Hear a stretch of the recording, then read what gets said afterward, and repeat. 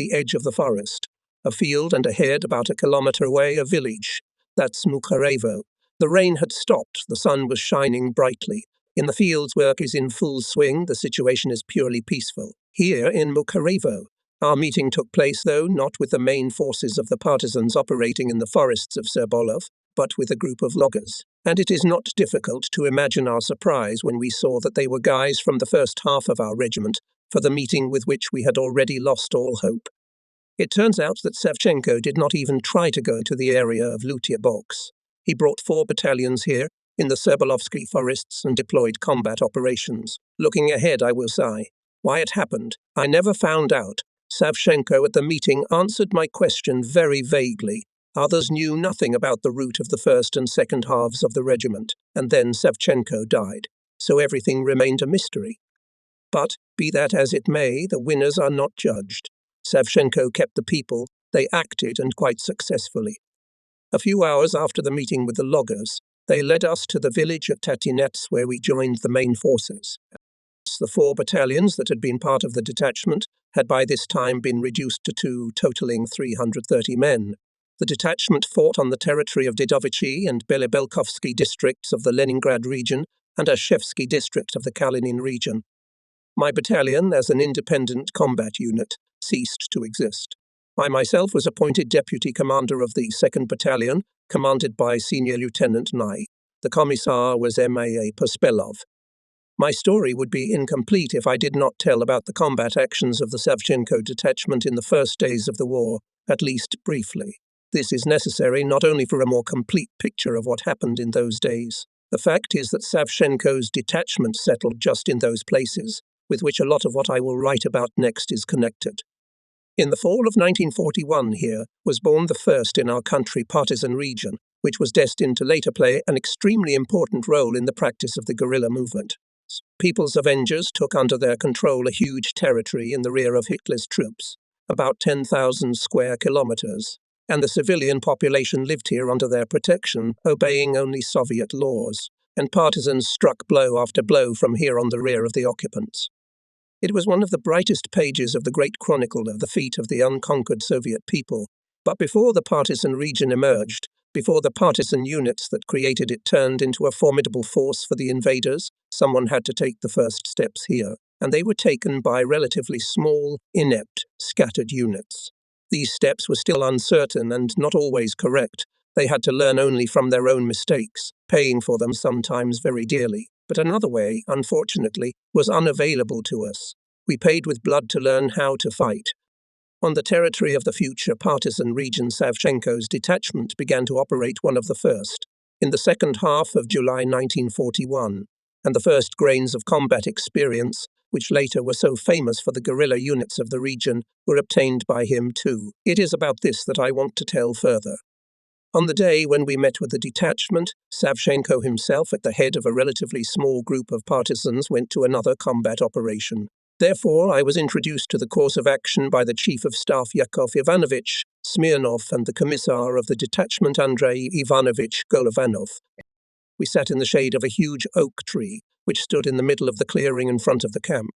Our conversation lasted several hours, and with every minute I felt more and more sympathy for both of these people. Looking ahead, I will say that we later became good friends for many years.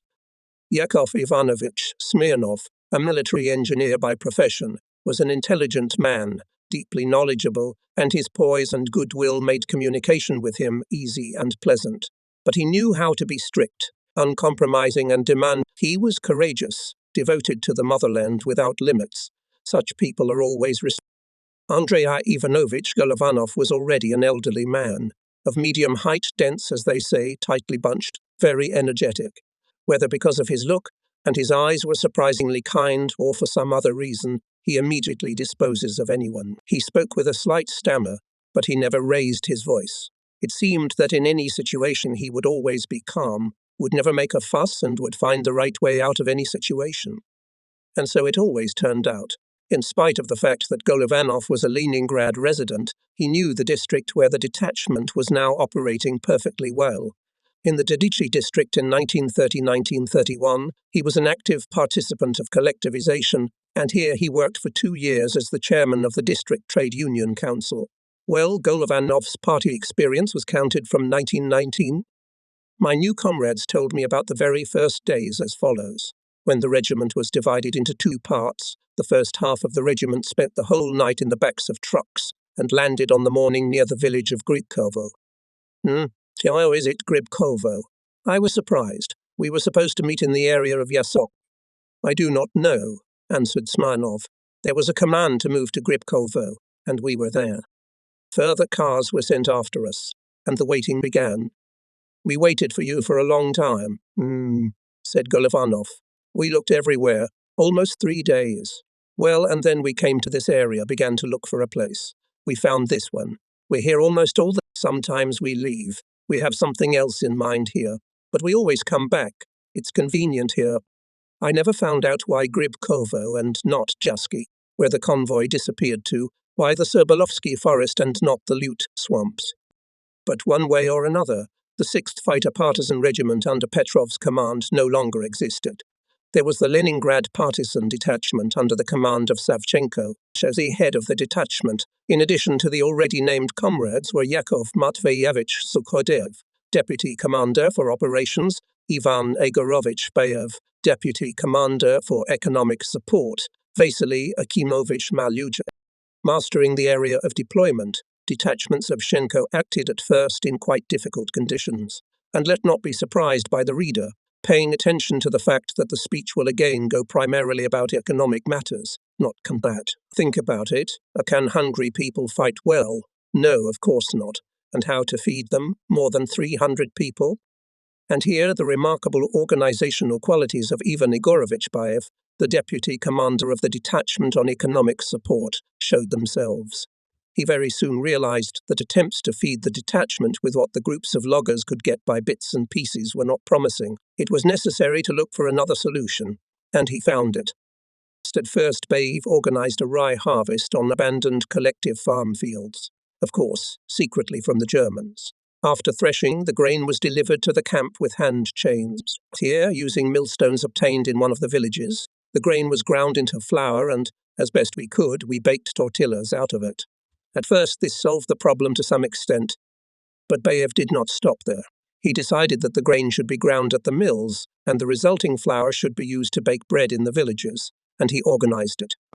Having learned that there was a water mill in Belebelka, Bayev decided to use it for the needs of the partisans.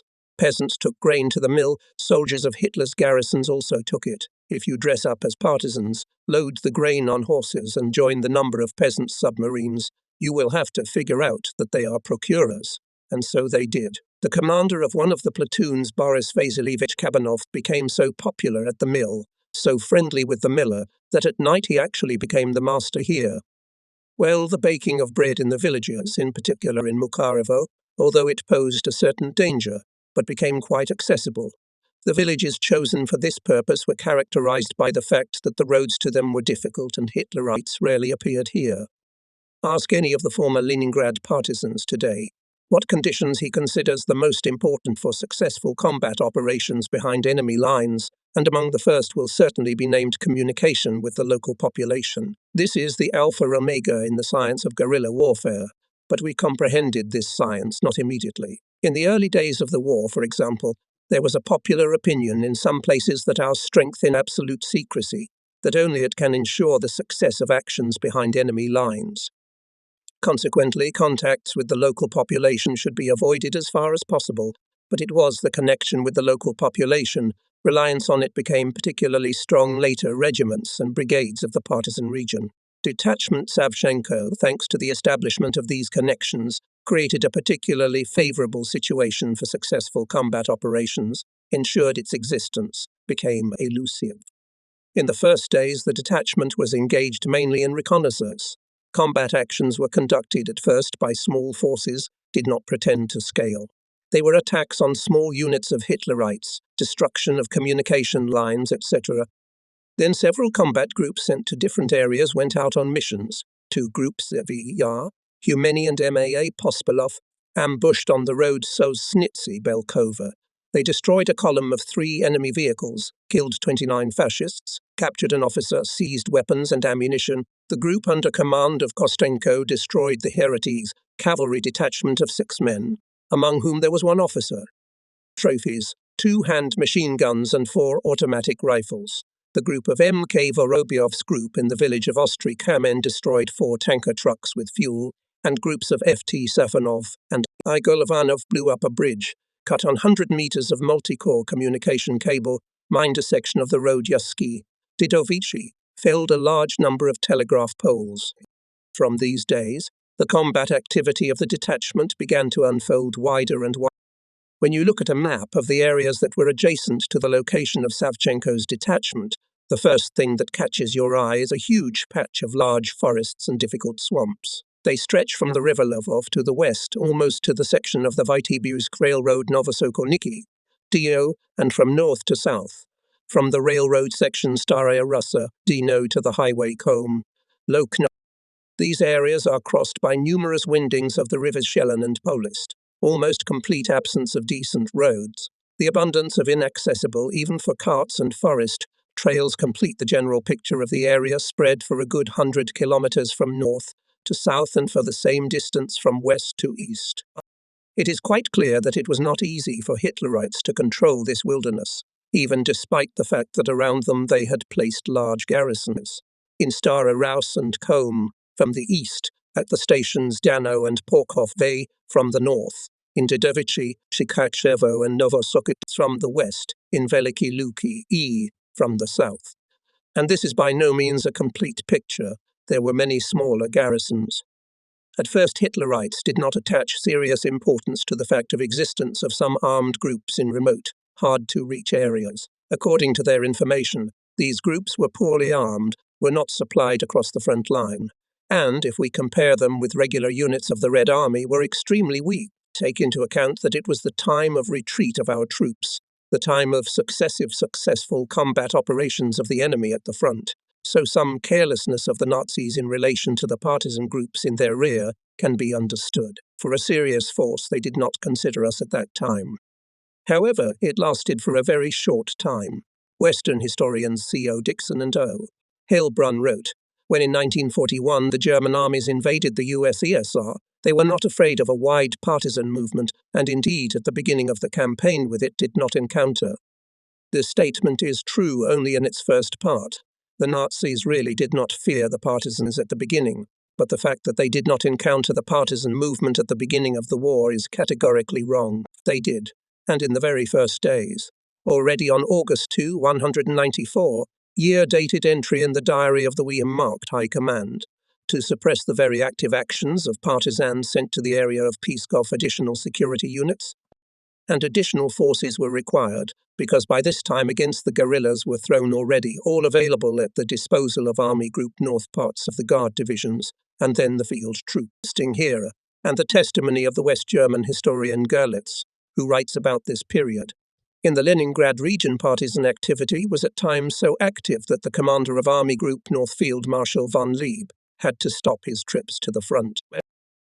The facts given here give some idea about the actions of partisans of the Leningrad region in general. As for the described area, it is here, as I wrote above, Hitlerites were waiting for the biggest surprise for those days, the birth of the partisan region. Almost simultaneously with detachment Savchenko in Sobolovsky forests, arrived partisan detachment of secretaries of Dedovichi Yasi Vklen, A. Rashkov, and A. This detachment numbered in its ranks 112 people, party, Soviet and Komsomol activists, who knew perfectly here every settlement, every road, and almost every forest. In some distance was based a detachment named after the Leningrad Regional Committee of the All-Union Communist Party, created from the activists of Belobelkovsky and Podorsky districts. It consisted of 133 people, who also had excellent knowledge of the surrounding terrain. The detachment was commanded by Pyotr Nikolaevich Nevsky, an old Bolshevik and participant in the Civil War. All 3 detachments quickly established a reliable connection between them and soon began to unite their forces to conduct separate operations. One of such operations was the defeat of a large unit of Hitlerites in the area of the village of Gurushka. On Savchenko's initiative, his detachment and detachment of Rechkov-Mararov blocked 4 roads leading from the village. It was known that the division of the enemy, temporarily located in Gorushka, was about to march on one of these roads. And when it happened, the column of Hitlerites was destroyed almost completely, and besides the living force, Hitlerites lost 8 automobiles with ammunition and 11 motorcycles. The losses of partisans amounted to 5 people killed and 27 wounded. About the same time, in the woods near Stara Russa, by the decision of the Military Council of the Northwestern Front and the Leningrad Regional Committee of the All-Union Communist Party of Bolsheviks, the formation of the 2nd Leningrad Partisan Brigade began. Its commander was appointed head of the Novgorod Red Army House N.G. Vasiliev, Commissar S.A. Orlov, Chief of Staff INSS Afnashiev. At the end of July, the brigade, which had a strength of just over 100 men, went to the Sobolovsky forest and settled near the village of Vyazovka. Soon it was joined by a detachment of Rechkov and Mayarov, then a detachment of Nevsky, then several other detachments. By the end of August, the 2nd Brigade already had more than 600 men, and by October, up to 1,000. It was the 2nd LPB that became the mother of the partisan region. Meanwhile, Savchenko's detachment continued active combat operations. The most interesting among them was, in my opinion, an attack on a large garrison of up to 1,000 men located in the village of Perichi. This operation was particularly noteworthy because it was conducted in conjunction with a Red Army unit and was one of the first of its kind. According to intelligence, the German garrison, which had arrived in Perichi, had strong armament, artillery and tanks in addition to its large numbers. The forces of the detachment for a successful attack clearly lacked, and then Savchenko decided to use supported from time to time on foot communication with the commander of the 11th Army, General Morozov. This army was fighting with the advancing 16th Army of the enemy on the Lovov River. Liaison officers were sent to Morozov. Savchenko asked to ferry across the front line to participate in the Operation Cavalry Regiment, or at least part of it. Partisans were interested in cavalrymen, because in these conditions they were the most mobile. The liaison successfully and quickly reached the target. Morozov agreed to a joint operation, and already on August 15, the joint command of the guerrilla detachment and 2 squadrons of the cavalry regiment leaped through the front along the marshes, developed a detailed plan for a raid on the enemy garrison. On August 16 at midnight, the partisans and cavalrymen stealthily took the initial positions. There was an amazing silence for the wartime, and only far to the east flickered occasionally sparks of artillery duel, and came at times muffled, barely discernible sounds of distant cannonade. The village was asleep. And suddenly bright tongues of fire flashed along the edges and in the middle of the Pereviches. The groups of VEIE, Gumeni and M.A. Bogdanovich, having removed the sentries, set fire to several huts occupied by the fascists. This was a signal to attack. It was also a way to light up the battlefield. The enemy was caught by surprise, and this predetermined the success of the attackers. However, several days full of surprises passed before the operation could be considered complete. A large group of Hitler's soldiers with several tanks and guns managed to break out of the village and organize a counterattack. They lasted until August 20 and ended with almost complete extermination of Hitler's garrison. During this operation, in addition to the enemy's manpower, 20 vehicles with ammunition, 15 tanks with fuel, several artillery pieces, 4 tanks were destroyed. From our side, the losses amounted to 47 people killed and several dozens wounded. Evaluating today the events of those distant days, we can safely call the operation in the area of the village Gorushka and the defeat of Hitler's garrison in Perichi a kind of salute to the nascent partisan region, and soon followed, though smaller in scale, but bringing Hitlerites tangible damage combat operations against fascist units in the villages of Horodovik, Savostin Ostrov, Habir. Autumn brought prolonged rains and cold, especially at night, and the clothing and shoes of the partisans were decrepit, and it was all light, not designed for the cold. Those bases, which were laid by local comrades, were created only for local partisans, were under their jurisdiction and could only provide for their needs. The appearance of the men of our detachment left much to be desired by this time. Some were forced to put on trophy German uniforms, but among other things, such a masquerade was fraught with the most undesirable consequences. Their own partisans could shoot without understanding. And, by the way, the uniform of Hitler's army was little adapted to our weather, so they used it only with desperation, and even then few. People were freezing. New difficulties began to arise in providing the detachment with food. All this became known in the Soviet rear, and despite the increasingly favorable conditions of the partisan struggle in the emerging partisan region, our detachment received orders to leave the front line. We had to march from the Serbalov forest to the Demyansk area. Perhaps it was the most difficult march of that year. It was very long and, worst of all, when at the very end of the way we were forced to fight, the people who could hardly stand on their feet from hunger and fatigue took it. So according to all calculations, we had to pass through forests and swamps not less than 100 kilometers. It is quite clear that we would not be able to carry a stock of food for a crossing of such length and complexity. It was decided to replenish supplies on the way. It was also difficult, but there was no other way out.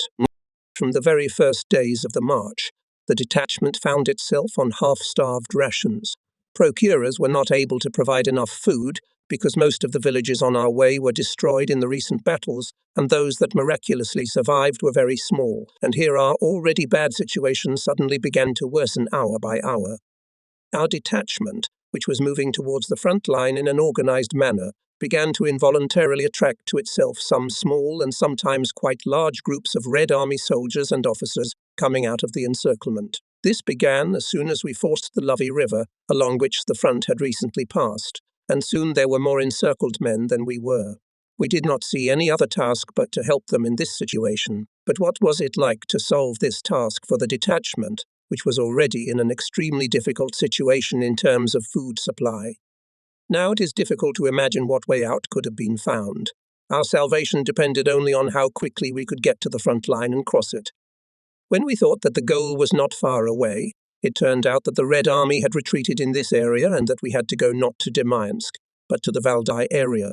The way lengthened exactly twice.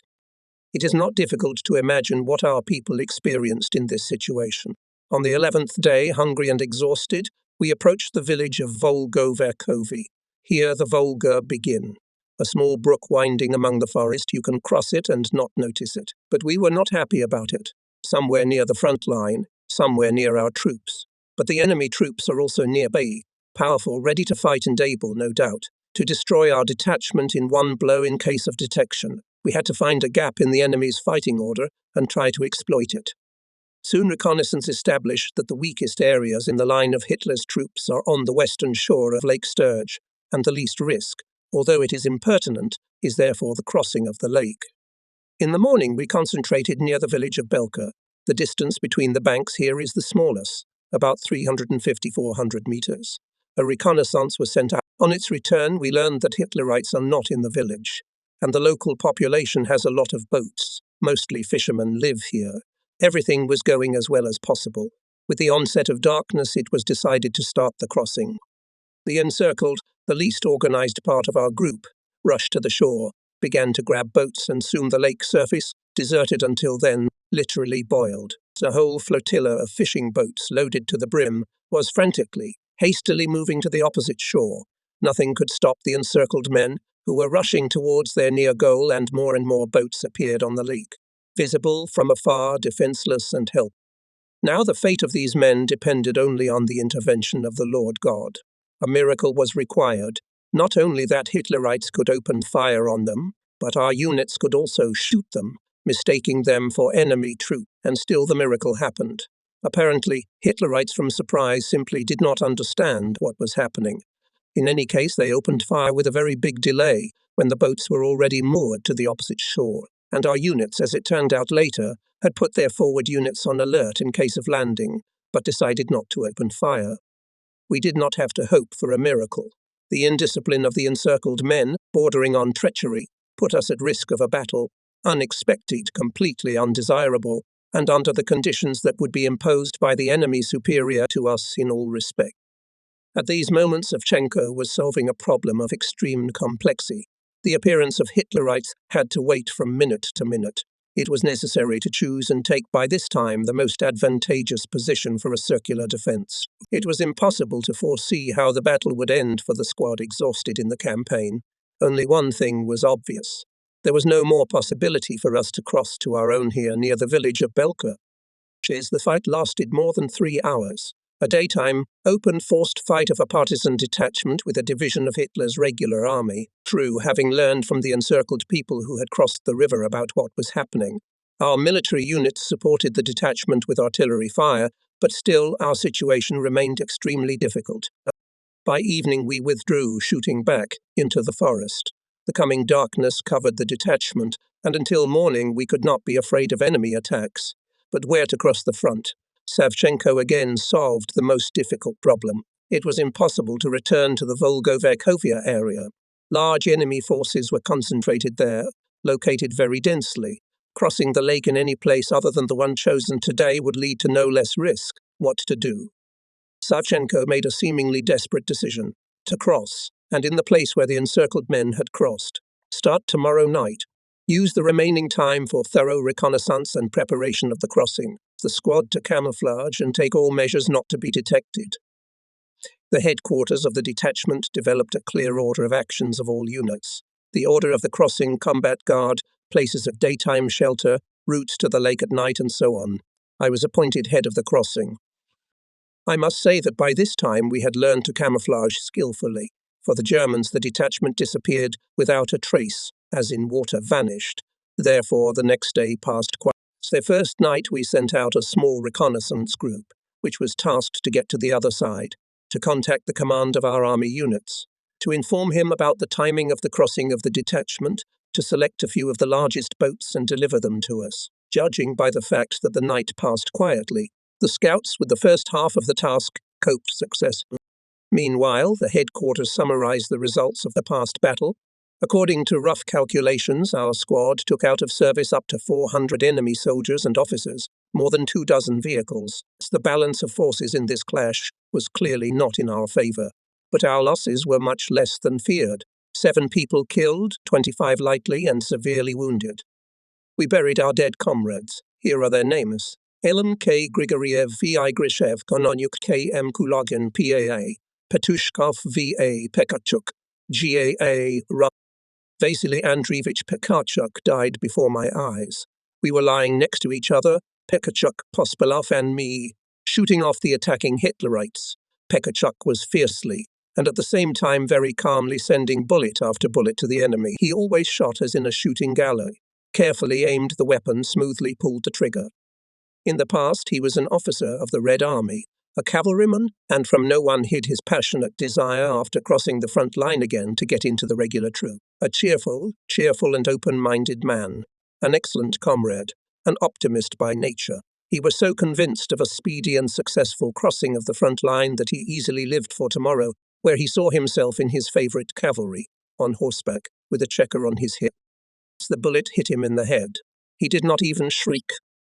At the appointed time, the detachment units began to go to the place of crossing. Here we met another surprise. The scouts managed to bring only 2 boats. The rest were simply carried away by the wind into the lake, when the encircled men, having crossed, left them on. None of them thought of the detachment left on this side, and none of them bothered to save the boats for us. However, there was no time to complain about the unfortunate encircled men again. We began the crossing. Each boat was able to take on board up to 20 people, not counting the rowers and the helmsman. Consequently, more than 10 times both our boats had to cross the lake in one and the other direction to carry the whole detachment. And I must say, the crossing went surprisingly smoothly. The good preparation of the operation, the organization and discipline of the guerrillas. By 5 o'clock in the morning, the whole detachment was in the location of the advanced units of the Red Army. During this time, not a single shot was heard. So, October 12, 1941 ended our first raid behind enemy lines. For the first time in many days, we experienced the feeling of complete safety. For 3 months, we were deprived of the rear. For 3 months, we could count only on ourselves. And now, though we found ourselves on the front line, but in the location of our own Soviet troops, we felt as if we were in the deep and reliable rear of our homeland. A few hours later, we were already loaded into an echelon, which delivered the detachment to Valdai. We were met very warmly. We immediately felt a lot of friendly attention and, most importantly, interest in ourselves. At that time, we had been in the enemy rear for a very long time, and, of course, much of what we could tell was of great interest. Combat actions of the detachment were quite highly appreciated, and each of us was happy to realize it. Well, if we remember our everyday life in those days, the first and the main thing that comes to mind is a feeling that did not leave us for a surprisingly long time, of a bottomless stomach. Not hunger, we were fed excellently, but the feeling that you could not tear yourself away from food. It lasted for a week and a half. I remember I was even embarrassed in front of others for being so greedy for food, but I couldn't do anything about it. Like any unit that had been withdrawn from the front line to the rear, our unit began to be reorganized. The number of battalions changed. The rank and file, command and political staff were redistributed. Many cadre military men were sent to the Red Army units. Almost all border guards were recalled to Leningrad. Some people were transferred to other units, as well as to various positions in the partisan department of the headquarters of the Northwestern Front and in the operational group of the Leningrad headquarters of the partisan movement. There were only 130 men left in the detachment. I was placed at the disposal of the partisan department of the front headquarters. It is time to say a few words about the structure of the leadership of the guerrilla movement in the Leningrad region. Direct organizers of the partisan struggle from the very first days of the war were party organs. They worked in cooperation with the military councils of the fronts and determined the areas where regiments and detachments were based, the nature of their combat activities, and dealt with issues of support. At first, the Leningrad Regional Party Committee conducted this work through its military department. However, soon enough it became obvious that the movement, which was gaining more and more momentum, required the creation of a special leadership body. In the first days of July 1941, the Regional Committee of the All-Union Communist Party formed a group of party workers specifically for this purpose. At the end of the same month, the group was transformed into an organizing committee. It was headed by the secretary of the Regional Committee of the party GX, Bumagin. The Troika included the head of the military department of the Regional Committee MF, Alexeyev, and a representative of the Regional Department of the People's Commissariat of Internal Affairs L.I. Kozhevnikov. The Troika was given the right to have the necessary apparatus for practical work and to send its representatives to the places to the front line. They were appointed from among the responsible employees of the apparatus of the Regional Committee of the party. The Troika operated for a short time, until the 20th of September 1941. It organized and sent to rear of the enemy new detachments, took measures to ensure a more reliable connection with the detachments already operating, dealt with issues of technical and material support, assisted the partisans in political work among the population of the occupied areas.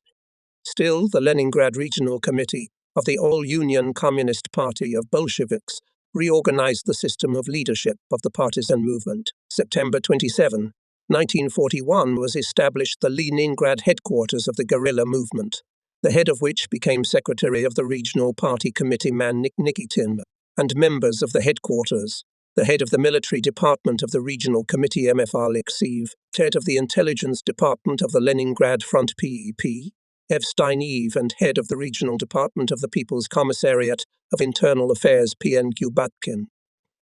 A stronger control center was created in order to even more closely link the guerrilla actions with the actions of the Red Army, to strengthen the centralization of leadership of the struggle behind enemy lines, to make it truly focused. It should be noted that the command of the Northwestern Front at that time also formed guerrilla units, and even had its own guerrilla department at the Military Council. The Leningrad headquarters of the partisan movement had to coordinate its actions as well.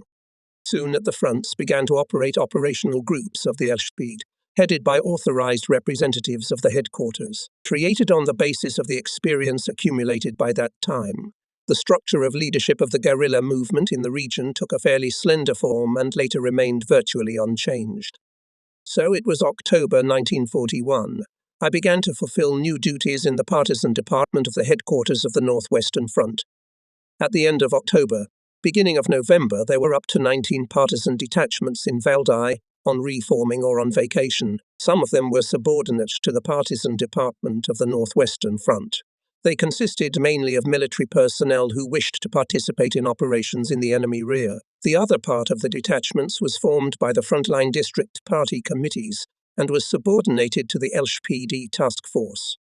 These detachments consisted mainly of non-military people. Detachments regularly received combat assignments and went out to fulfill them to the nearest frontline rear of the enemy, where they smashed the headquarters of enemy units, attacked airfields, burning airplanes and fuel supplies, committed other sabotage. These operations were developed, as a rule, on the instructions of the Chief of Staff of the Front, General N.F. Fafatutin.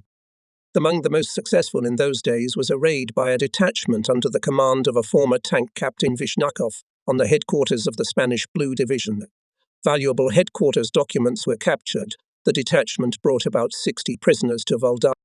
A little earlier, Vishniakov's detachment, together with Lieutenant Skiba's detachment, took part in destruction of a large landing force thrown out by Hitlerites near Torzhok. It happened that neither in Torzhok nor in the neighbouring Vyshny Volokh, at the moment of landing of the enemy, there were no strong enough units of our troops.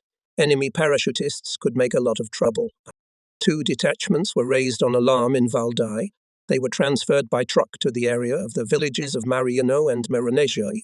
It was a long way, and no matter how hard they drove, they reached the place only in a few hours. Detachments entered the battle and fought for 3 days, binding the enemy until the approach of a division of the Kalinin front.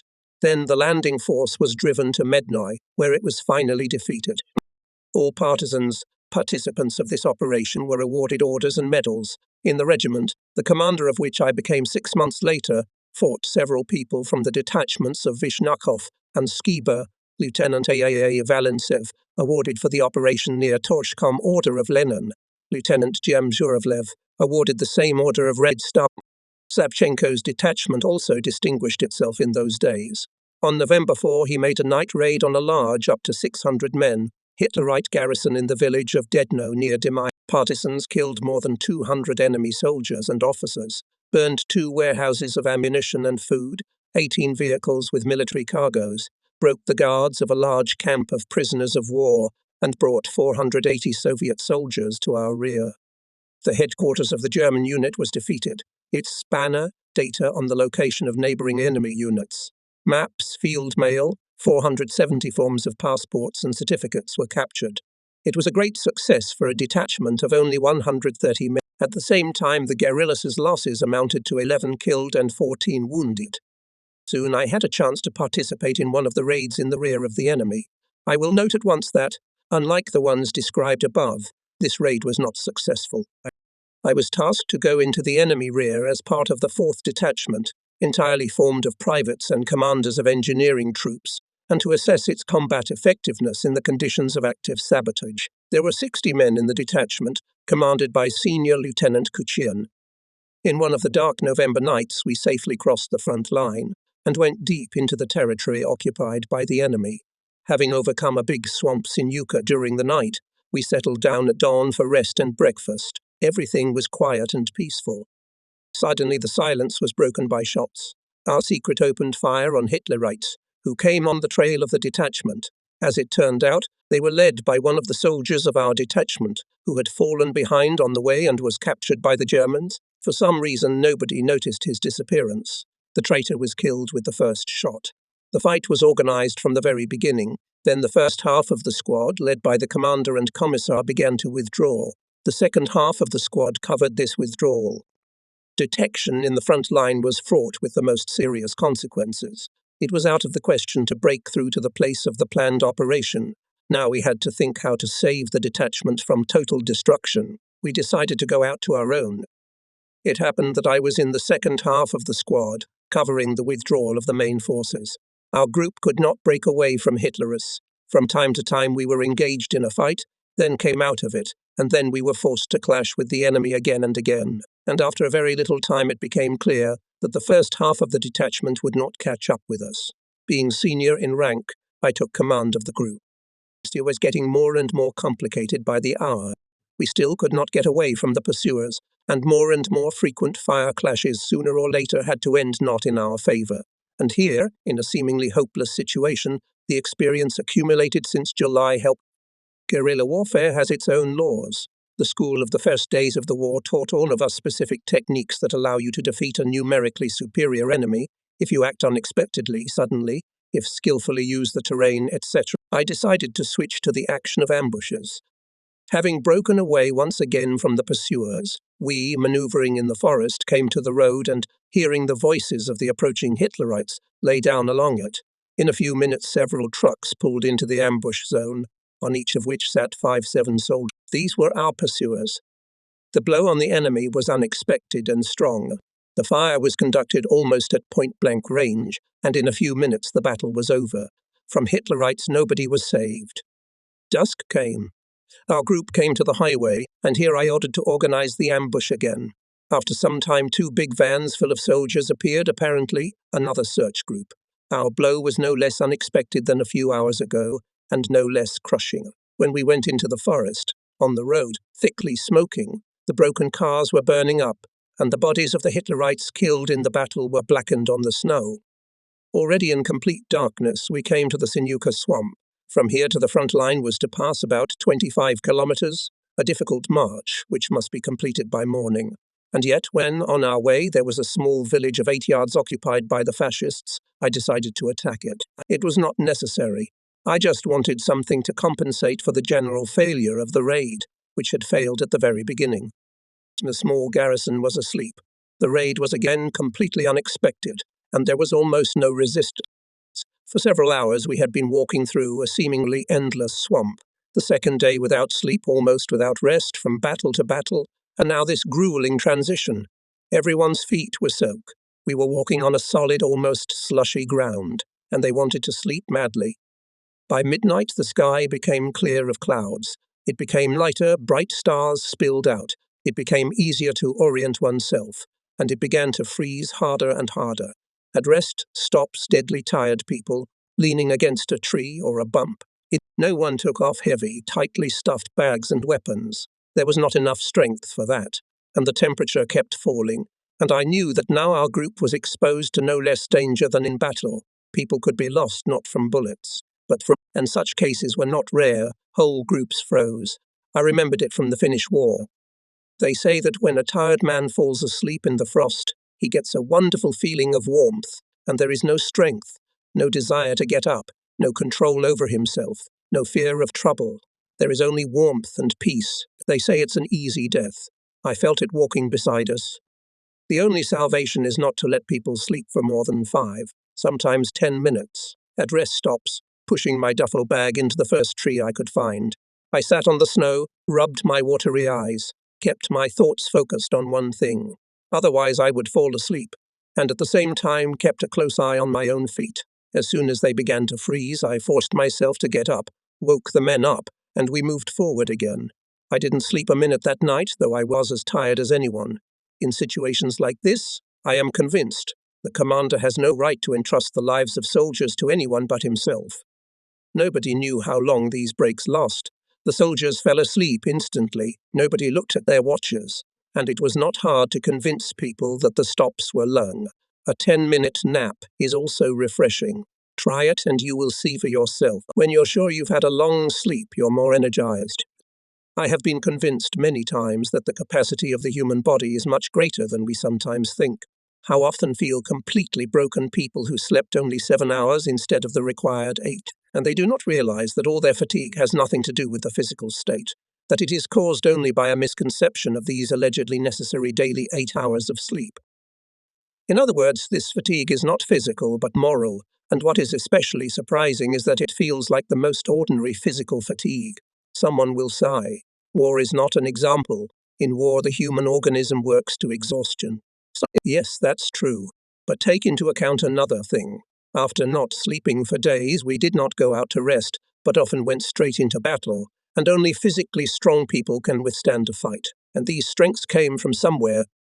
The crossing lasted all night, and when the morning began, exceptionally foggy and quiet. We, moving like in milk, heard voices ahead.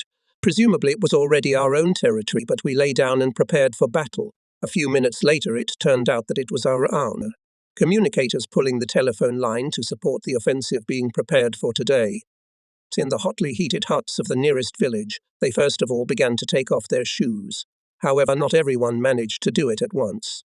Soaked shoelaces and socks were frozen to the insoles of boots. I, for example, had to cut my boots along the seam, and only then they fell off my feet with a crack. Several men were sent to the hospital. The first half of the detachment crossed the front line before us, and on a different section. Soon at Valdai we met. The time I am now writing about was perhaps the most prosaic in my military fate. I lived in a house in the central square of Valde. It was a typical merchant's building. On the first floor there were warehouses and stores. On the second floor, reading rooms. It was convenient for us. We had our warehouses downstairs and a dormitory on the top floor. If you cross the square Askew, you get to the partisan canteen. 200 steps. 5 minutes walk and you're in the reconnaissance department. That's where I went, just like in peacetime, to work. And my occupations were quite often devoid of even a small hint of military valor. For some time, for example, I scouted ski warehouses in neighboring towns. I went on business trips to Rybinsk, to Vyshny Voloshysk, to Borovichi with the task of finding skis suitable for the partisans and in sufficiently large quantities. I understood, of course, that someone had to do it too, but still I was very unhappy about the circumstances that made me waste my time so inefficiently. I considered myself a combat commander, and therefore the work, which had an openly rear character, did not contribute to the vigor of my spirit. To tell the truth, there is almost nothing left in my memory from those days in Valdai. Some unimportant details of everyday life, monotony of service affairs, worries that could be of any importance only for myself, and even then with a big stress, but very vividly shines through all this absolutely not erased by time feeling of great joy, experienced in early December by each of us, came the message about the counter-offensive of the Red Army near Moscow. We listened to the reports of the Sovinform Bureau, afraid to miss a word. They were discussed everywhere, and the news about the offensive of our troops near Rostov and Tikhvin caused real jubilation. Of course, we have been waiting for major events for a long time. I, for example, well remember what an impression on me made on the radio speech of Stalin, delivered by him on Red Square during the parade dedicated to the 24th anniversary of October Revolution. Not only that the very fact of a traditional solemn ceremony in besieged Moscow could not but inspire confidence and strength. Every word of Stalin left an indelible trace in my soul. He spoke, as always, softly, calmly, confidently, and very. It was felt that he knows how the country is waiting for his words and how they believe. And he said the most important thing. I still remember even the intonation with which he said, "A few more months, another 6 months, maybe a year, and Hitler's Germany must burst under the weight of its crimes. These words cannot be written on banners. You can only address people directly with them. Bear with us, it won't be long now." We believed in victory, patiently waited and waited. And we waited. The December offensive of the Red Army proved to the whole world that the invincibility of Hitler's troops is nothing more than Hitler's fiction, that the lightning war as applied to the Soviet Union, the decisive turn of the war was beginning. All of us felt the approach of new changes, realized that they will affect each of the fates, and waited for them with impatience. I had never been a cadre military man. Like all students of the Institute of Physical Culture, I took the course of higher non-military training of the university, went to training camps, attended, like all reserve officers, commanders' classes, that's all. My theoretical military training was not much, but in the following years, in the Finnish War, and then in the Great Patriotic War, my fate was so unexpectedly formed and forced me to do such different things, as if it wanted to test what a civilian man is capable of in the war, what would happen to him if you throw him from one unfamiliar case to another. It was not only with me, it was with thousands and thousands, and it was almost the norm then. People of peaceful specialties mastered military specialties one after another, taking it for granted. The writer Mikhail Ansharov very rightly said, "The war was won not by thrill seekers, but by peaceful people who were made professionals by the common misfortune." In the Finnish War, I commanded an engineering unit of a rifle regiment. From the first days of the Great Patriotic War, construction battalions. Then I became a partisan combatant, then an employee of the partisan department. And in December 1941, he received a new appointment. The Leningrad headquarters of the partisan movement and the Military Council of the Northwestern Front decided to open short-term training courses for partisan personnel in Valdai. I was appointed deputy commissar, and just a few days later I was appointed head of the school. The commissar was senior political officer Alexander Petrovich Chaika, a party worker sent at the beginning of the war to the headquarters of the Northwestern Front from the third year of the Prom Academy. He worked first in the partisan department of the headquarters, then for 3 months was thrown into the enemy rear, and after that he returned to the headquarters. We were allocated a room on the southern outskirts of the city, Soon arrived cadets and flowed more and more familiar training routine. The political part was entirely provided by the commissar. Tactical, shooting, skiing and sabotage training was conducted by me. Of course, we prepared people for combat operations in a very specific war. Guerrilla warfare taught them everything that will be absolutely necessary for them behind the front line. Meanwhile, in the middle of January of the 42nd year, the troops began intensive preparations for the offensive against the positions of Hitler's 16th Army, the purpose of which was, in particular, the capture of the city of Stara Russa. The operation was considered as a part of the general counter-offensive of the Red Army, unfolding from the Baltic to the Black Sea after the victory at Moscow. All partisan forces in Valdai were included in the strike. Most of the detachments were part of the composite regiment formed in those days, the command of which was entrusted to Major Latipov. The task of the regiment was to attack Stara Russa from the rear and jointly with the Red Army units to capture the city. Many of our cadets were temporarily recalled from the school and sent to the disposal of Latipov. The detachments that were not part of the regiment received their assignments. Only the leadership and some of our cadets remained in Valdai. The formation of Latipov's regiment and preparation for the departure to the German rear did not last long, and probably that is why it left little in my memory. I remember only that all the units were perfectly equipped and Valdai was deserted, and only from the headquarters radiograms could we learn about how the events unfolded further. Troops of the Northwestern Front, breaking the enemy defense, moved forward by several dozen kilometers, and in the area of Demyansk drove Hitler's 16th Army into a cauldron. However, the enemy units near Stara Russa resisted stubbornly and did not surrender the city. The offensive continued in the direction of the towns of Toropets and Kom. And then the detachments of Latipov's regiment began to return. How different they were from themselves, who came out of here a week or two ago. Worn out in battles, exhausted by many sleepless nights, thin-bearded men, huge casualties. And yet not a trace of despondency. This is what our comrades told us. The battle for Stara Russa was very hard.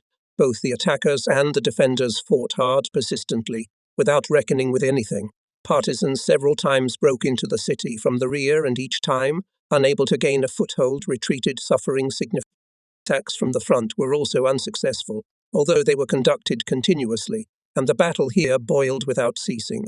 Both the enemy and our troops were losing strength, depleted reserves, but neither side could achieve an advantage. Several times tanks broke into the city, but without the support of infantry they could not, of course, to solve the battle in our favor. A few days later, with heavy losses and inflicting no less damage to the enemy, our troops withdrew and entrenched in pre-prepared positions. The situation of the guerrilla regiment was much more difficult. It had to pass through the rear of the enemy, excited to the limit to cross the front line and only then to be out of the battle. However, the detachment went to the Soviet rear successfully, and despite the fact that Stara Russa could not be taken, everyone was in high spirits. The enemy's 16th Army was in the Demyansk sack. In the history of the defense of Leningrad, the attempts to deblockade the city, made in early 1942, were unsuccessful. There were not enough forces and funds. There were shortcomings in the organization of the offensive. However, it is clear to everyone today that the active actions of Soviet troops throughout the year thwarted the new assault on the city that was being prepared. More than half a year has already passed since the beginning of the war. It is known how difficult, tense, and in many ways tragic was this time.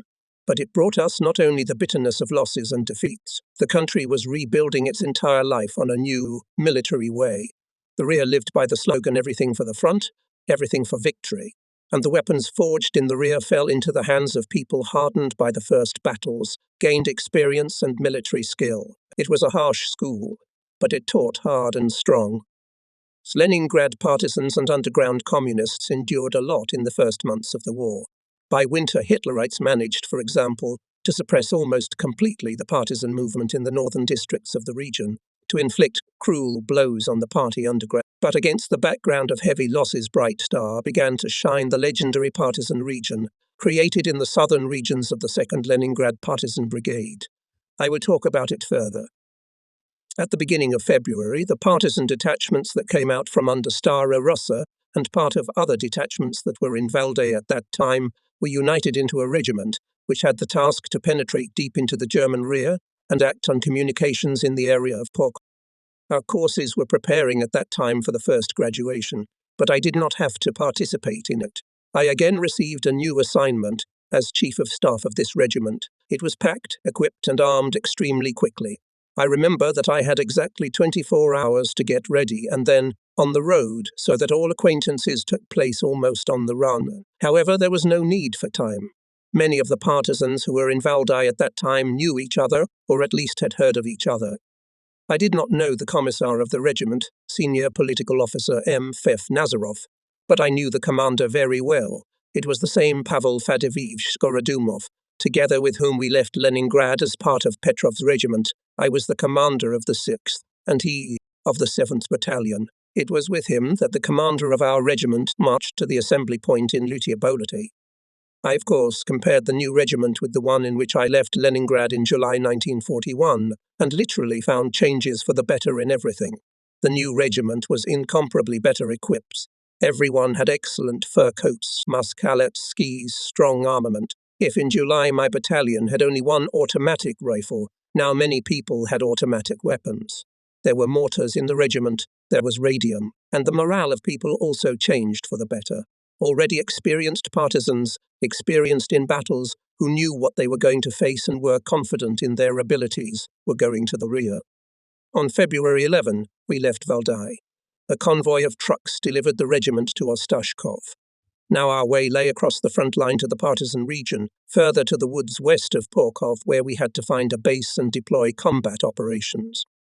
It was decided to cross the front line in the section that ran along the road Stara Russa, Combe in the area of the Redisky bogs, stretching from here westward to the Vitebsk railroad with a 100-kilometre wide ribbon. These bogs, almost impassable in summer, and in winter remained so inaccessible that Hitler's units were not here.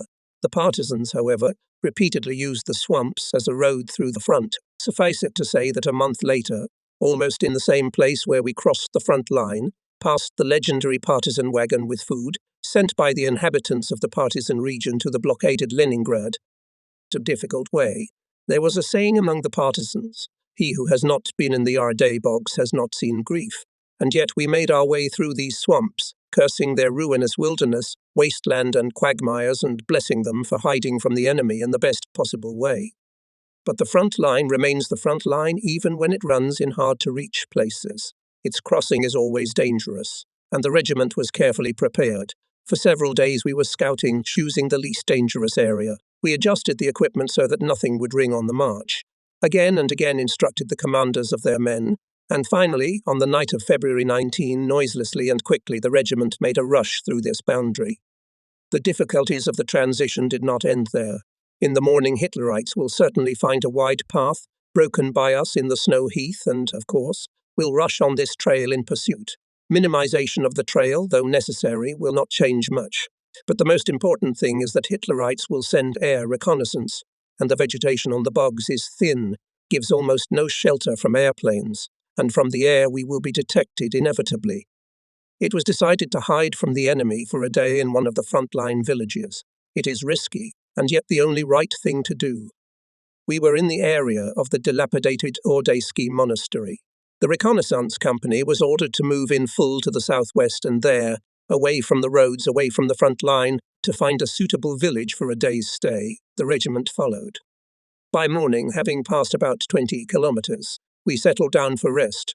Reconnaissance was established that in the nearest district the situation was favorable. There were no Hitler's units. The day passed quietly. Only somewhere to the north the air was plagued by enemy reconnaissance planes. Some of them occasionally flew over the village. No doubt they were looking for us. But since people were strictly forbidden to leave their houses, the village seemed deserted from the air, and the planes went to the RDA monastery. And the next morning, on February 21, the regiment, having made a large night crossing, entered the territory of the partisan region. While still in Valdai, I closely followed the fate of the region. It was explained partly by the fact that it was in these places I had to fight in the first months of the war, and they became close to me. But the main thing was the amazing, exciting scope of partisan actions in this land. We learned with admiration about new successes of the 2nd Brigade. Raids on the enemy garrisons of the railway stations Sudoma and Plotovets in October. the fight against the Hitlerites' punitive expedition in December 1941, the joint raid with the Red Army units on the city of Home on January 18, 1942, the defeat of a large German garrison in the village of Yuski on February 5, that is, only 16 days ago. What can I say? The fact of existence of a huge district behind enemy lines, living according to Soviet laws, could not but please. Now, as if having opened the door to an unknown world, we stood on its threshold and greedily looked around. The creation of the partisan region, a matter extremely difficult in content, political and tactical plan, was started in August 1941 under the leadership of the command of the 2nd LPB. It was an exceptional phenomenon in the history of the guerrilla movement, which had no historical analogues at that time, exciting by its boldness, scope, and direction. I have already written above about the peculiarities of the geography of the area.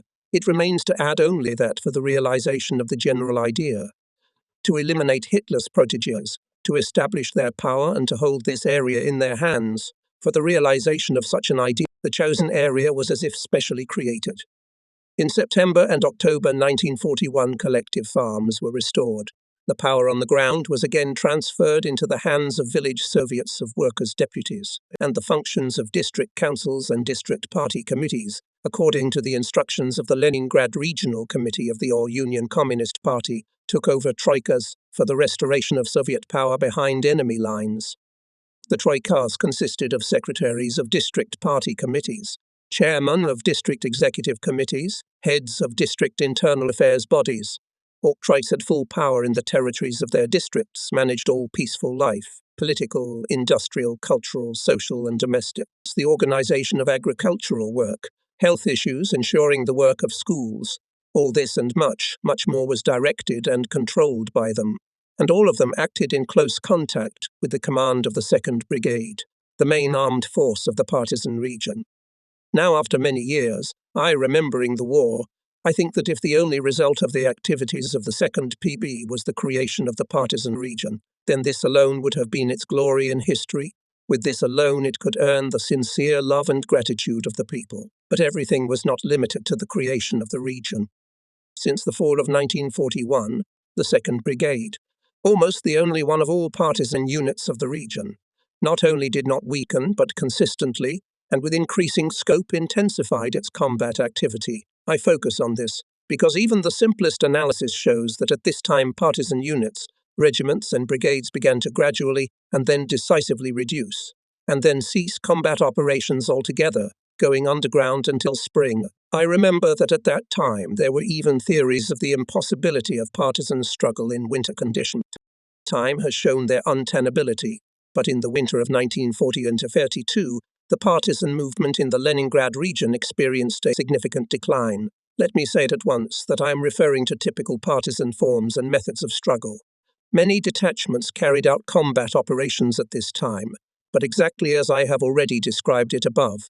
Based in Valdai, went for a few days behind the front line, attacked the enemy, and then returned to the Soviet rear. Such operations had a character peculiar to the actions of sabotage units of regular troops rather than partisan operations. And just at this time, the 2nd Brigade, day by day intensifying strikes against the enemy, grew and strengthened, turned into a powerful force, became the master of a huge area in the enemy rear, became a unique training academy for partisan personnel. In the winter of 1940 and after the 2nd LPB defeated two very large fascist garrisons in the district centres of Kom and Perichi. At the same time, brilliant operations were carried out in Yuski, Tyrikovo, Belebelka, Lenorushike. In the same winter, the legendary wagon with food was sent across the front line to the starving Leningraders. In the same period, two large punitive expeditions of the enemy were repulsed, in December 1941 and in May 1942. All this will be discussed in detail in the future. For now, let us return to the events of the winter of 1942. Shortly before our arrival in the region, on February 14, 3 Po-2 planes landed on Lake Polisto, on one of which Colonel Alexei Nikitovich Asmolov, the head of the Department for Guerrilla Movement Leadership at the Military Council of the Northwestern Front, flew to the 2nd Brigade. In accordance with the order of the Leningrad headquarters of the guerrilla movement and the Military Council of the Front, he was to lead the on-site reorganization of the brigade, carried out to improve its structure. Until now, the brigade consisted of a fairly large number of detachments, subordinated directly to the headquarters of NGE Vasiliv. This created many organizational difficulties, deprived the leadership of efficiency, was unjustified dispersal of combat forces. There were difficulties in the political work among the guerrillas and the local population. It was decided to enlarge the guerrilla units by reducing their total number. By the time our regiment went to the partisan region, the issues of reorganization of the brigade had already been resolved, and, most importantly, this reorganization affected us, changing the fate of Skorodumov's regiment. The fact is that Vasilyev, having learned about what the regiment was, raised the question of its inclusion in the 2nd LPB. Asmolov did not object. The question was agreed with the headquarters of the guerrilla movement and with the military council of the front, and then Skorodumov received the appropriate order. Now the brigade consisted of several regiments, created on the basis of 3 or 4 detachments each. Regimental staffs were in charge of their operational management, and the brigade staff was thus freed from the need to deal with many private issues. They were now no less successfully solved locally by the regimental staffs. In the brigade was created political department, the head of which was the former secretary of the Dedovichi District Party Committee A, Mayorov, F.M. Mayorov. A new chief of staff was also appointed, Captain V. Galevai. The leadership of all forces of the brigade began to look more slender, organized. 2nd LPB had 3 regiments, the first be under the command of Colonel M.Y. Yuriev, the second under the command of P.E.F. Skorodumov, and the third under the command of the former secretary of the Dedovichi District Party Committee N. A. Chikov. A little later 2 more regiments were created, the 4th under the command of G.I. Efimov and the 5th Regiment under the command of the former commander of the 5th Brigade, Y.P. Shurigin.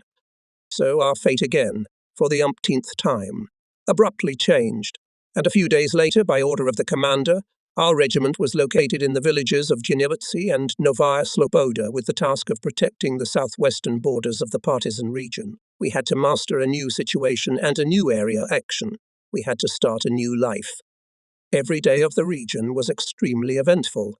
On the night of February 21-22, the 1st and 3rd Regiments raided Hitler's garrison in the district centre of Dedovichi. It was one of the notable operations. A lot has been written about it, so I will name only its results. 650 German soldiers and officers were killed. The railroad bridge across the Schellen was blown up. All track facilities of the station were put out of operation. A large storehouse of ammunition and weapons was destroyed. Partisan losses, 58 killed and 72 wounded. Another operation of those days was an exceptionally successful attack of partisans on a unit of Punishers in the village of Tirikovo. Among the Punishers were also Russians, defectors, former prisoners of war police officers. The partisans decided to take advantage of this.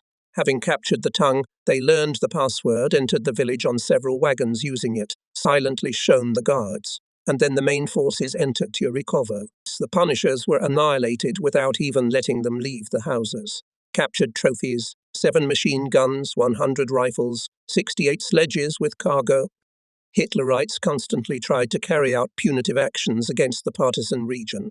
True, their activity was not always the same, but it does not change much. The occupiers could not tolerate the existence of a large partisan area in their rear, even though I repeat that this territory itself was of no interest to them. Until December 1941, separate, though sometimes quite large, units of guard troops and field gendarmerie operated against the partisans. In December, an attempt to strike a massive blow was made. Hitler's command organized the first punitive expedition, which involved up to 4,000 soldiers and officers. The fighting lasted from December 1 to 7, but the Punishers did not succeed. Despite this, the occupants continued to send their detachments to the region. Here is what the newspaper Kommuna wrote in those days. A lot of grief and suffering caused the fascists to the workers of our district. They killed, robbed and burned in the December days of 1941, when 4,000 thugs managed to penetrate into our collective farms. They kill, rob and burn whenever they appear in a village. The flames of fires, streams of blood leave Hitlerites on their brigandish way. The executioners are rampaging more and more, but now they rarely manage to break through to our collective farms. Having learned about the approach of the Germans, the partisans overturn the enemy detachments with a swift blow. And yet the fires do not stop. Then in one, then in another village, an old man, woman, or child falls to his death. It is the Nazi airplanes that are atrocious. The enemy has thrown his air forces into battle against the civilian population. The vultures can put another victory in the list of their victories over an infant. Recently, one of the yellow-winged scoundrels killed in the arms of a mother in the village of Perichi, her infant child. Another robber mowed down a 6-year-old girl with a machine gun burst. Companions of these scoundrels bombed Yaski, a part of Zeleznici, Gorodnya Nilitsi. Not satisfied with the first bombing of the village of Horodovic, the fascists repeated the raid. Exactly against the whole army, they sent 27 airplanes to the defenseless village, having destroyed almost all buildings. The bombs buried under the ruins of houses 9 collective farmers, and among them 5 old men. During this bombing, the Yaziv's children were finally orphan. In the first raid, their father was killed. In the second, their mother. Among others, the newspaper mentions the village of Gnilitsi. Our regiment was there just at that time. But it all started with Novaya Sloboda. Almost all our units were stationed in Gnilitsi. In Novaya Sloboda, which was about a kilometer away, lived only a small part of one of the units. And on February 28th in the afternoon, 3 German bombers appeared in the air, which lined up in a circle, forming a gigantic carousel, for some time tried on, and then began to rain their deadly cargo on Novaya Sloboda. From Gnilitsi, we could see this raid like on the palm of our hands. We were separated only by a wide field. Besides, our houses were on an elevation. For about half an hour, the heavy machines were pounding the air. For about half an hour, they smashed the defenseless village according to all the rules of military science. I remember when the airplanes left, there was a big unexploded aerial bomb lying in the middle of Novaya Sloboda. I had never seen such bombs before, but one of ours said that it was a sea mine or something similar. In a word, Hitlerites did not spare explosives, but it far from always provided them success. In Novaya Sloboda, for example, none of the partisans during the bombing was not hurt. I believe that at the end of February, Hitlerites sent their planes on us for a reason. Rumors could not but reach the enemy that the partisans were collecting food to be sent across the front line to besieged Leningrad. It was an action of enormous, on our scale, scope, and to keep it a complete secret was probably impossible. The future showed that the Nazis had the most minimal information about our plans, but even that was enough to worry. Apparently, the invaders decided to probe some villages from the air, and one of them was Novaya Sloboda. A few days later, Gnilitsi was also bombed, but I will tell you more about it. Now, it is impossible to establish who first came up with the idea of the wagon. Some sources testify that the initiative came from the headquarters of the 2nd Brigade. According to others, it turns out that it was born by the villagers of the region. However, it is not so important. So the idea was born. The headquarters of the brigade was engaged in its realization, and the wagon passed through the front line. That is the main thing. There is no village in the territory of the region whose inhabitants would not be connected with Leningrad. Either some of the relatives went to Leningrad to work or study, or they were related to the native Leningraders. In a word, the strongest ties. When rumors about the blockade and the fact that Leningraders were dying of hunger began to reach the region, the desire to help them arose naturally and inevitably. In the brigade headquarters, Asimov told about the blockade, in detail, hiding nothing. Then, apparently, the idea of a food truck was finally formed. Here is what wrote in those days. The deputy chairman of the Dedovichi Organizing Committee, Ekaterina Martinovna Petrova, in the Leningrad headquarters of the guerrilla movement, organized the collection of gifts to the workers of Leningrad. The discussion of this issue on collective farms was held with great enthusiasm. Speaking collective farmers declared at the meeting one after another, I give a sheep, I give a heifer, etc. Grigory Vazir, an old man from the village of Kalberadovo, said at the meeting, Leningrad is especially dear to us, the collective farmers of the Leningrad region. This city bears the name of the great Lenin. The workers of Leningrad are forging victory over the enemy. Helping the workers of the city of Lenin, we help the front, fighting against the hated enemy. Let the people of Leningrad know that, no matter how hard it was for us under the yoke of fascism, we do not forget them, and we help them in every way we can. The collection of gifts for the workers of Leningrad took place in very difficult conditions. The Germans sent 3 punitive detachments from different directions, 300 or more soldiers in each. These detachments were defeated by partisans. While holding meetings in collective farms, 3 comrades were killed by the Nazis and 1 was seriously wounded. The Germans bombed and completely destroyed a number of villages, killed several dozen civilians. But all this did not frighten neither activists nor collective farmers. All preparation had to be conducted very carefully, secretly. It was necessary to do everything so that Hitlerites about the convoy did not know. Otherwise, they could easily prevent the realization of the plan. They say that a secret is only a secret when 1 person knows it. 2 people know it. It is no longer a secret. 3, it's a mystery. About the convoy knew thousands of residents of the partisan region. In the Central Part Archive, as an invaluable relic of the Great Patriotic War, are kept 13 school notebooks, carried in March 1942, with the convoy across the front line to the Soviet rear and then delivered to Moscow. In each of these notebooks on the first pages, the text of a letter to Stalin from collective farmers and partisans.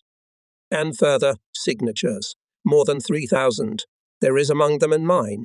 These notebooks were at meetings in partisan units, in villages and villages of the region, and the letter was in fact our vow not to lay down arms as long as at least 1 occupant remains on the Soviet land. Collecting signatures under the letter was often associated with great difficulties and sometimes with risk. In the village of Velikaya Niva, a meeting was held by Semyon Zasurin, one of the workers of the Perichi organizing committee, Mikhail Vorobyev, chairman of the Sosnitsky village council, Ivan Smirnov, chairman of the collective farm, and Pavel Vaskin, a member of the underground. Smirnov and Vaskin stood guard on one side of the village and the other. The meeting, held in one of the largest houses, was coming to an end. Semyon Zasurin, having carefully folded the notebook with the letter and signatures, hid it under his shirt. But nobody wanted to leave. The collective farmers were lively exchanging opinions, joking, laughing, and suddenly, a shot. And then the clatter of heels on the steps of the high porch, the crack of the door opening, and a shout. Germans. Vaskin has been killed. Save yourselves. With his foot he kicked out the window frame. Zasurin jumped out of the house. He rushed, ducking down, to the vegetable gardens, ran out to the road and together with Smirnov, who had joined him, began to retreat, fiercely shooting towards the forest. It is already very close, some 100 meters. Gone, shouted Semyon, and at the same minute something hit him hard in the back, then another and another. Falling and losing consciousness, he still managed to pull out a notebook from under his shirt and shove it into the snow. And then the Punishers fired a machine gun at him at point-blank range and left. But Semyon was alive. When the peasants after the Germans left began to collect the dead to bury them, someone noticed that Zasurin was breathing hardly noticeably. They gave him the first aid as they could, warmed him up, wrapped him in sheepskin and took him on a sledge to the partisans. In the forest hospital, his partisan Dr. Lydia Semenovna Radovich treated him, and in a few months Semyon Zasurin returned to the ranks. Only a high column of ribbons about the wounds, among which there were several gold ones, reminded of the day when he, wounded, was shot by the Punishers near the forest near the village Velikaya Niva. The collective farmers found a notebook hidden by Zasurin in the snow. It too got to Moscow. The secret known to 2 people is no longer a secret. Thousands of collective farmers and partisans knew about the convoy, but for the occupants it still remained a secret. Of course they heard something, guessed about something, but about what? Until the last day, the fascist command believed, apparently, that the food collected in the villages would be transported across the front line by airplanes, so they blocked the air. At that time was my first acquaintance with one of the leaders of the brigade, Chief of Staff, Vasily Akimovich Golovay. He was a hot man, so our meeting started quite vigorously. I was alone in the headquarters. I was sitting in front of a map spread out on the table, studying the situation, the nature of the terrain, calculating the options for possible combat operations in the regiment area. At this time, the door rumbled and into the room, quickly and firmly tapping his heels. Rapidly entered a short, round-faced man about my age in a dark dungaree coat and an army Ushanka with a star. Around his neck hung a trophy automatic rifle, and on his belt a pistol and a pair of lime. He looked resolute and definitely superior. Without saying hello, without introducing himself or taking a breath, he jabbed his finger at the map and said sharp, "Do you amuse yourself with pictures? And there is no order? Who shot Ivanov? What do you have here? A shooting gallery for shooting at commanders? Answer me." Somehow I knew it was Golovay. But why such a tone? Without getting up from the table, I paused for a moment and, making it clear that, no matter who entered, I was the master here, calmly and quietly asked, "With whom do I have the honor?" Probably Golovaya remembered that our regiment had been in the region for only a few days, and that almost no one knew the brigade commanders by sight. He introduced himself, Captain Golovaya, Chief of Staff of the brigade. Standing up, I introduced myself, Chief of Staff of the regiment, Senior Lieutenant Afanasiev. The official acquaintance took place. But the initiative was already in my hands, and as calmly as I began, and the map with the map situation, not pictures and not entertainment. As you know, working with it is the primary duty of the Chief of Staff. He immediately realized his tactlessness, apparently. He had already reproached himself for his hot temper, and now he restrained himself, kept silent and listened attentively. Probably, the brigade headquarters learned about the incident in the regiment, as they call it, from unofficial sources. Probably the transmitter got something wrong. I decided so, because Golovaya, after listening to me, completely changed. Our conversation returned to normal, and both of us clearly no longer disliked each other. And what happened was this. Ivanov was the commander of the first squad. Last night he was hospitalized. The story was quite silly, but it was impossible to blame anyone in the regiment. In one of the skirmishes with the Germans we captured a lot of weapons. That day the chairman of the Perichi, organizing committee Alexander Georgievich Porutsenko of the regiment. Late in the evening he, Ivanov, and our other commanders were sitting in the hut, talking. It seems they were about to go to bed. Trophy German automatic rifles were then, although not rare, but the object of desire of men. And Porutsenko really wanted to have one. And on the table just lay one of the captured in battle Schmiese. In short, Alexander Georgievich turned it in his hands, turned it around and accidentally pressed the trigger. It is true what they say that once a year even a mop shoots. The automatic was on the alert. A shot rang out. Fortunately, a single one. The light went out at once. Everyone jumped up, still not understanding anything, but grabbing for weapons, and then there was silence, in which first came the noise of a falling bomb, and then Ivanov's groan and his desperate swearing. The bullet had entered his arm near the elbow joint. I told Golovaya about all this. I don't know what he thought of Ivanov's wounding when he went to our regiment, but now everything fell into place. And though there was no joy in this story, I repeat, there was no guilt on our part. In short, we parted with Golo quite peacefully. In the morning of the next day, in the air above Nilitsi, there were 2 links of Hitler's airplanes. Immediately an order was given to the regiment, forbidding anyone to leave the houses. If as a result of the bombing there would be a fire, it had to be extinguished from inside. We decided to create the appearance that the village was empty. The order was carried out with enviable precision, and this saved the regiment from losses that seemed inevitable.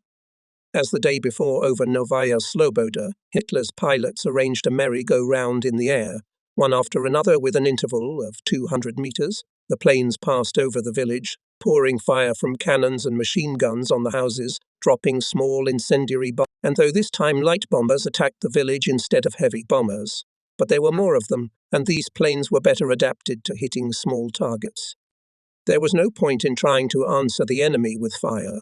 This type of fighting machines had good armor protection, and therefore shooting from rifles or automatic rifles would be no better than trying to shoot down a plane with a slingshot. We would have wasted ammunition, which was already scarce, and in addition we would have exposed ourselves. Several of the bombs reached their target. Falling on the roofs of the houses, they easily penetrated them and fell inside.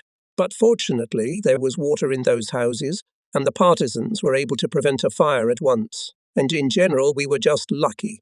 The Germans bombed unsuccessfully.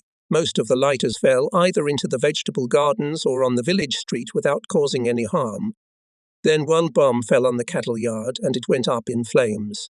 The gate was locked, and we could all hear the roar of the cattle, maddened by the fire, rushing outside. At last a few horses burst out through the burned gate. Their hair was on fire, and they galloped frantically across the field before falling dead in the snow. I can't say exactly how long this bombardment lasted. Nobody, including me, looked at the clock. It must have been at least half an hour, and then, as suddenly as they appeared, the planes left in the direction of Perichi. The regiment did not give itself away in any way. When the rumble of engines in the sky quieted down, a liaison from the nearest detachment ran into the headquarters. and reported that the company commander Vyacheslav Alexeyevich Kurbet was seriously wounded. I knew him from his first trip behind enemy lines in July 1941. He also started his partisan way in the 6th Regiment, and now Kurbet, the only one, as it turned out a little later, was caught by an enemy bullet. He was lying on the floor, on a bed of straw. His face, overgrown with a black oak beard, was already covered with waxy yellow, scarlet foam at the corners of his mouth, and a huge bloodstain on his chest, seeping through the bandages and growing larger before his eyes. Kneeling down, I took his head in my hands and, leaning low to the wounded man's face, tried to speak to him. Several times he opened his eyes, and then it seemed that he recognized me and tried to smile. But Vyacheslav Alexeyevich was unconscious and died without regaining consciousness. Another one of my comrades in arms passed away. He was a man cheerful, intelligent, charming, and daring to the point of audacity. He was very much loved in the regiment, appreciated for his great commanding experience. He was not only in this war from the first day in the ranks. He managed to go through the Finnish war, and how ridiculous it seemed that this man was killed by a stray bullet, the only one of 1,000 that found its target. Nobody knew how long the enemy planes had gone.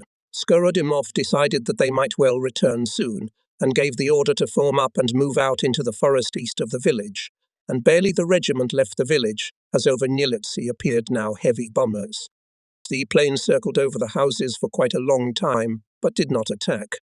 Having made sure that the village was empty for some time, they flew over the forest, but it was thick enough and covered us well, so they left with nothing.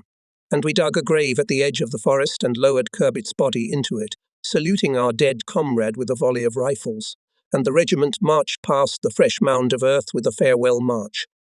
On March 5, we received the order to go to the district centre Belibolka, to contact with the Red Army units moving there from the east, from behind the front line, and to destroy Hitler's units in the village, and on the outskirts of it with a joint strike. We set out the same day, and by evening in the thickening darkness we entered the village of Nivki. Here reigned an extraordinary revival, which reminded something of Shrovetide celebrations in the old days. The same abundance of sledges, the same accumulation of people wrapped in fur coats, the same fun, only the arcs are not decorated with coloured ribbons and bells do not ring under them. But it was a holiday. We could feel the holiday in the village. We knew what it was, and we were glad in advance to see everything with our own eyes. Our wagon with food for Leningraders was on its way. Hardly anyone who was in Nivki on March 5, 1942 can forget this day. People in the street were enthusiastically exchanging impressions, and anxious carriage drivers were passing by them along the long string of sledges. Some of them came for orders to a group that stood out among the others, apparently the organizers of the train. I stopped one of the partisans who ran past and, nodding my head toward a tall, trim, but somewhat stooped man in a half-coat with a trophy automatic rifle on his shoulder, asked, "Who is that?" For some reason it seemed to me that it had to be Vasiliev. "This," the guy asked and eagerly began to explain.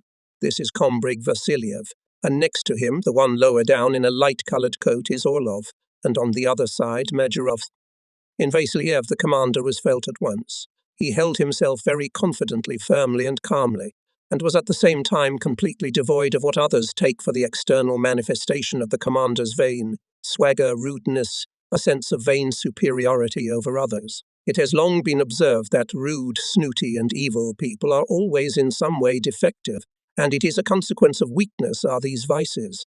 In Vasiliev was seen a strong man aware of his strength, and from this simple, open and kind. My impressions from that meeting with the brig were, of course, purely external, but they were not at all at variance with the opinions about him that I had heard many times both in Valdai and here in the region, later having gotten to know Nikolai Grigorievich closely. I was never disappointed in him. Next to Kombrig stood Porutsenko, who a few days later was assigned to lead a delegation of partisans and residents of the region to Leningrad. The fact is that in addition to its main purpose, the cart had a purpose and another, no less important. There was an opportunity to tell the Soviet people about the life of the region, and to tell them through the mouths of the collective farmers and partisans themselves. In this sense, the cart went beyond a phenomenon that had only practical value. It became a powerful ideological tool. That is why our delegation followed him on the road. It consisted of 12 partisans and 10 collective farmers. Among them were the famous partisan machine gunner Mikhail Karchenko, Commissar of the Bunzen Detachment Ivan Alexandrovich Stupakov, Chief of Staff of the Goryanov Detachment Ivan Ivanovich Budanov, Partisan Scout Ekaterina Stelitsa, Collective Farmer Tatiana Markova, and Collective Farmer Nikolai Fedorov, Chairman of the Stankovsky Village Council of the Dedovichi District, Vasily Alexeyevich Igorov, Chairman of the Belebelkovo Organizing Committee Nikolai Alexandrovich Sagachev, Collective Farmer Peter Grigorievich Mikhailov, Partisan Dmitry Stepanovich Ipatov, 19-year-old partisan Evdokia Orlova, and others. As I have already said, the delegation was headed by the chairman of the Dedovichi Organizing Committee, Alexander Georgievich Poritsenko. He was a man of medium height, prone to obesity, round-faced, with cheerful eyes and a broad smile that almost never left his face. He was somewhat slow, but very balanced. Poritsenko had a great experience of leadership in peacetime, and now also experience of working behind enemy lines. Looking ahead, I will say that Alexander Georgievich justified the trust given to him with honor. He fulfilled the assigned work well, and Poritsenko finished the war as Commissar of the 13th Partisan Brigade. So the train was getting ready to go. In Nivki arrived, of course, not all the sledges prepared for shipment. A significant part joined the column on the way. There were 223 sledges in total, 2375 poods of bread and groats, 500 poods of meat, 750 poods of fats. More than 35,000 poods of products were sent to Leningrad.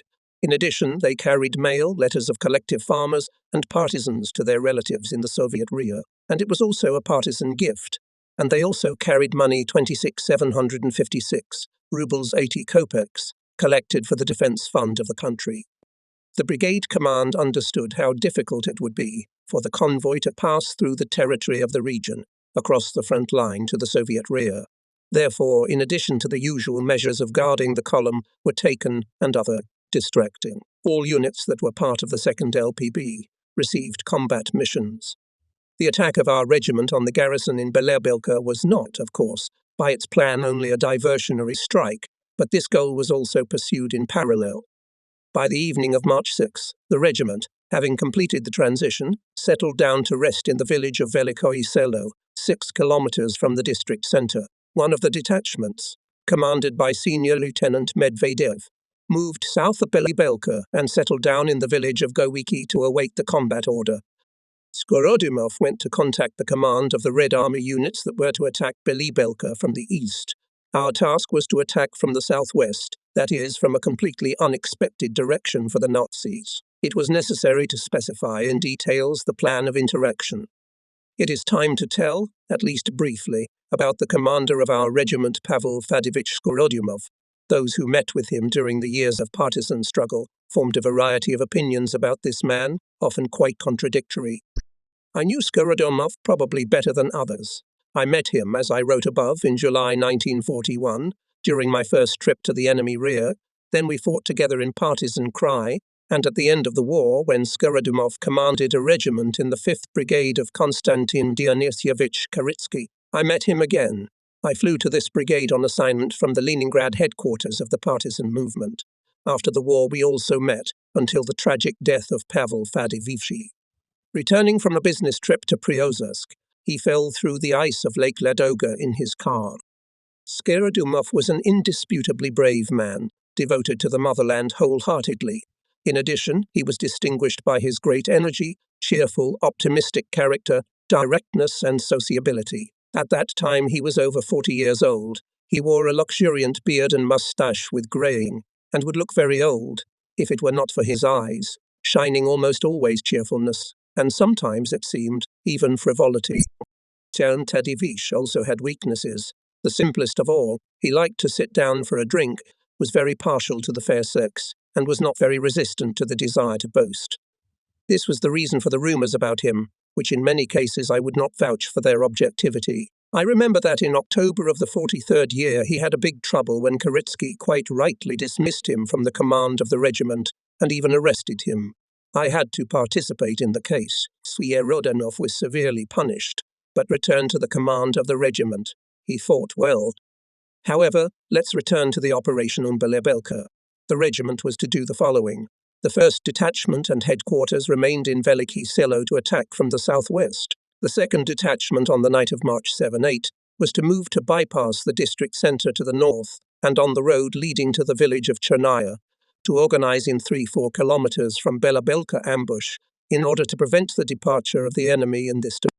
The 3rd Detachment was to occupy the same night the village of Zabolotno, located 8 kilometers north of Velikoye Selo, in order to prevent possible Hitlerite withdrawal to the road leading from Chikachevo to Stara Russa. If necessary, he was to strike together with the army unit on the enemy, trapped in a cauldron.